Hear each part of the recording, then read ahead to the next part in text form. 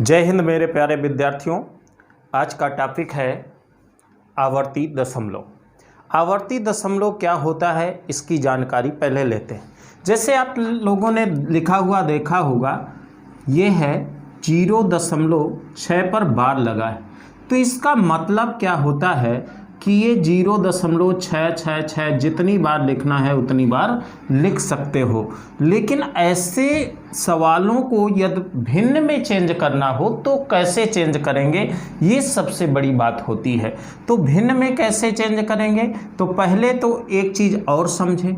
जैसे 0.4 3 बार लिखा है, तो इसका मतलब 0.4 अब 3 जितनी बार इच्छा होगी उतनी बार लिखा जा सकता है। अब इसको चेंज कैसे करते हैं इस बात को समझेंगे। जैसे 0.6 बार लिखा है तो 6/9 लिख देंगे, ये चेंज हो जाएगा। ये कट हो रहा है तो कट कर दो, 3 दूनी 6, 3 तिरका 9, 2/3 आ जाएगा। अब जैसे 0.43 3 पर बार लगा है, तो अब इसको कैसे लिखेंगे, पूरा जो लिखा है उसको लिख लो, 43 लिख लिए।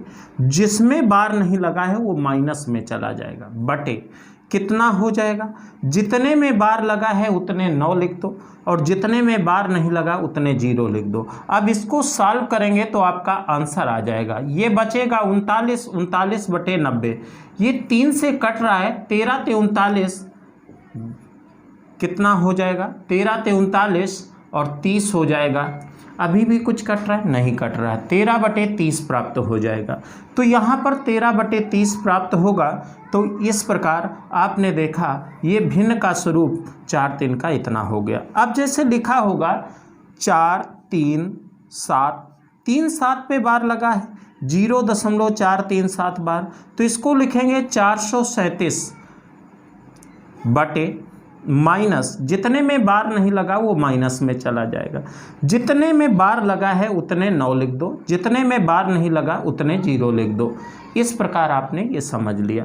इसके लिए आपको सूत्र भी पढ़ाया जाता है, जैसे 0.PQRS, ऐसे कोई डिजिट हैं ये PQRS, तो इसको जब बदलना होगा तो PQRS पूरा लिखेंगे, जितने में बार नहीं लगा है वो माइनस हो जाएंगे PQ, बटे कितने में 2 में बार है तो 99 हो गया, जितने में बार नहीं है उतने 0 लगा दो। सपोज दैट यहाँ पर होता 0.PQR, 1 पर बार लगा होता तो ये क्या करते, PQR पूरा लिखते माइनस PQ लिख देते, बटे जितने में बार लगा है उतने 9, जितने में बार नहीं लगा उतने 0। ऐसे किया जाता है। अब आशा करता हूँ ये बात आपको समझ में आ गई होगी।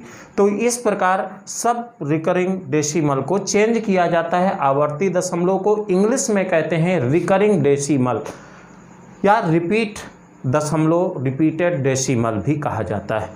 तो यहाँ पर ये चीज़ आपने सूत्र के रूप में पढ़ी। अब हम आपसे कह दें 0.437 ये बार लिखा है, इसको भिन्न में चेंज करें तो इसको भिन्न में कैसे चेंज करेंगे, ध्यान दें, 437 हो जाएगा माइनस 43 हो गया, बटे जितने में बार लगा है उतने 9, जितने में बार नहीं लगा उतने 0। इसको अब आप सॉल्व कर सकते हैं।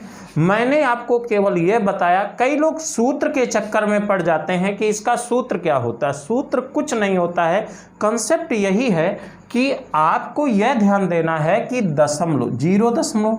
जैसे 1.437 लिखा होता है तो ये एक तो अलग पूर्णांक है ही, इसको 1 प्लस लिखते फिर इसको लिखते जैसे ये लिखा होता है, तो 437 माइनस 43 हो जाता बटे 900, ये हो जाता। इसको हल करके जोड़ लेते, आपका आंसर आ जाता। हमें केवल ये समझाना है रिकरिंग डेसिमल का वास्तविक रूप क्या होता है।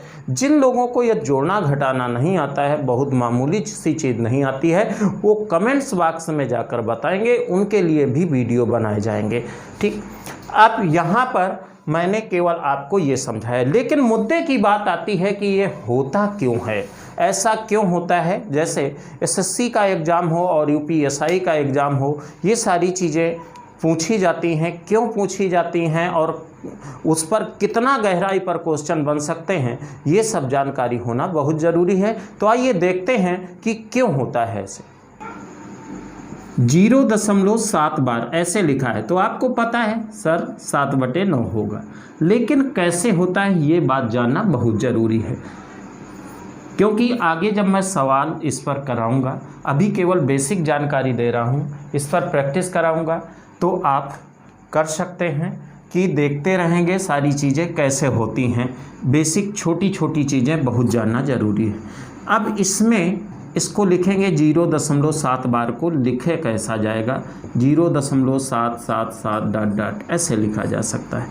इसको मान लें यक्स, यदि इसको 10x करेंगे तो इसमें 10 का गुणा, तो बराबर जब 10 का गुणा करेंगे तो 0.1 स्थान नीचे खिसक जाएगा, 7777 वही रहेगा। तो ये घटाना है इसमें, अर्थात इससे ये पूरा घटाया जा सकता है।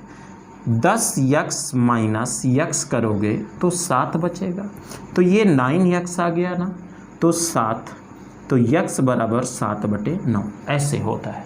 बात समझ में आ गई? क्यों होता है ये भी जानना ज़रूरी है। अब छोटी सी बात हम करते हैं, 0.47 बार ऐसे लिखा है तो इसका मतलब 0.4777 रिपीट हो जाएगा।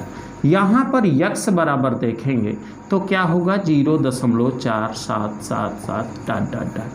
अब इसमें यदि ऐसे लिखेंगे, अब इसका 10x निकालोगे तो कितना हो जाएगा, 4.7777 बार बार आएगा। अब यही फिर 100x कर दोगे तो 7.77 बार बार आएगा। अब इसको इससे घटा दें, 100 में 10 घटेगा 90x बचेगा ना।